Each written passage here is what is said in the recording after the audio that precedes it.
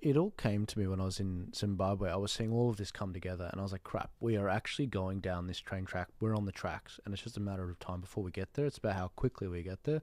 The EFF, if you guys aren't familiar, you might have seen that political party in South Africa with all the red flags jumping on the stage to a pretty fun beat, and they're saying, death to the Boers, death to the Boers. That's like saying death to their farmers. That's exactly what they're saying. And I when I was there, you guys know I have a little bit of a knack of predicting election results with scary accuracy.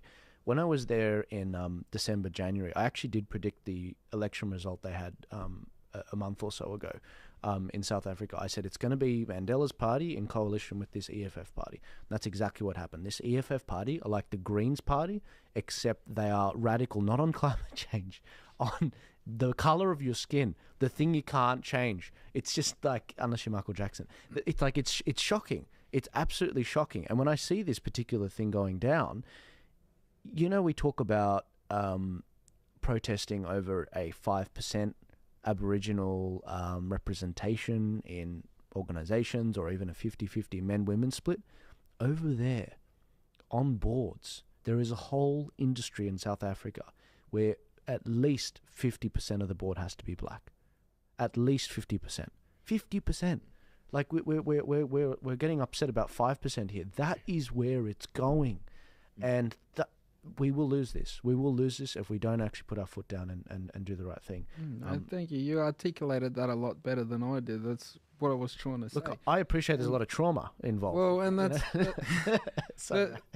that's part of the reason why I was first out there with the Voice campaign saying to people, no, do not vote this in, because us segregating one part of the society from everyone else, making them believe that, you know, for whatever reason they need to be treated differently, that is not healthy. That is not how you integrate society and get people to get along.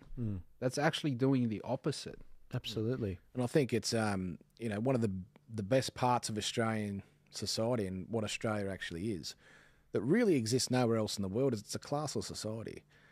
You know, and it was developed, you know, you're talking in the trenches in Gallipoli and Europe in the war, you know, all the suffering that they went through, all class prejudices were eliminated, and there was no class. Everyone was the same. And to this day, you can be any race in the world. You can be a billionaire, you can be living in Department of Housing on welfare. It doesn't matter what you are, where you're from, what walk of life.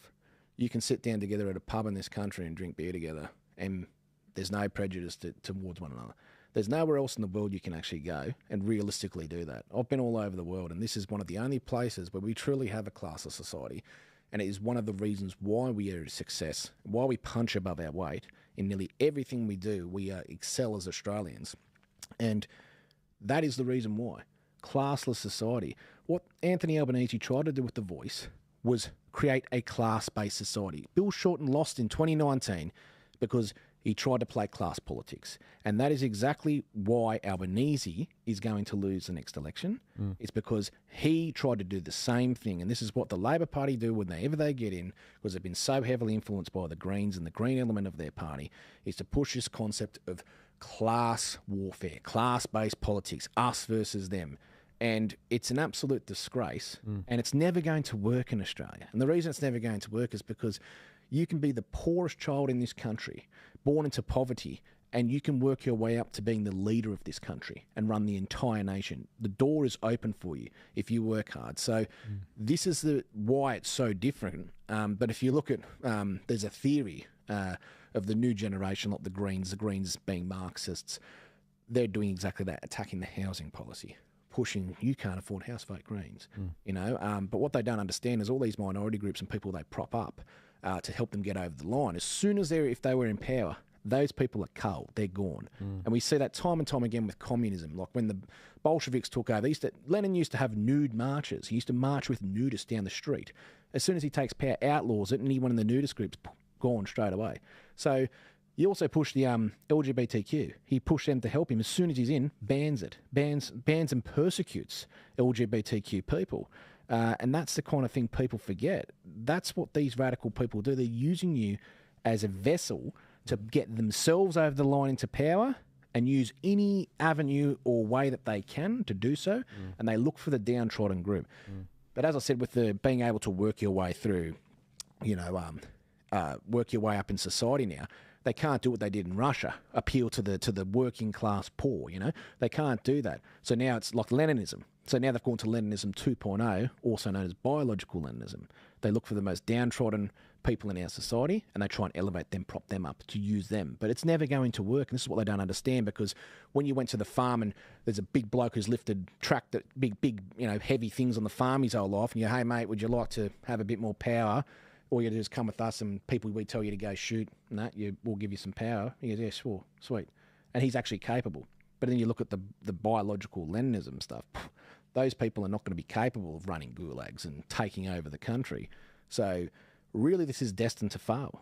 That's what this whole new Marxist sort of movement is. Yeah, I think you've touched on something really important there. Australia is a bundle of phenomenal people from different countries that have fled horrifying stories, whether that's the South of Africa or Eastern Europe or the Middle East. Stephen, I'm about to move on. Did you have anything to add? I was just going to say, to piggyback off Ben's point, Australians, like Americans, we are aspirational people. Our instinct when we see people who have more than us or who, say, are in a higher middle class than us is not to hate them. It is to want to have what they have one day and to work to get it. And that is what sort of Labor ideologues don't understand. Their instinct, and they're taught this by their sort of Marxist ideology, is to hate those who have more. But the average Australian is not an ideological fanatic. Their instinct is aspirational, not ideological. And so what's the Australian response to someone making more than you? Well, you get out there and over time you do the same thing. And that's what's made this country so successful.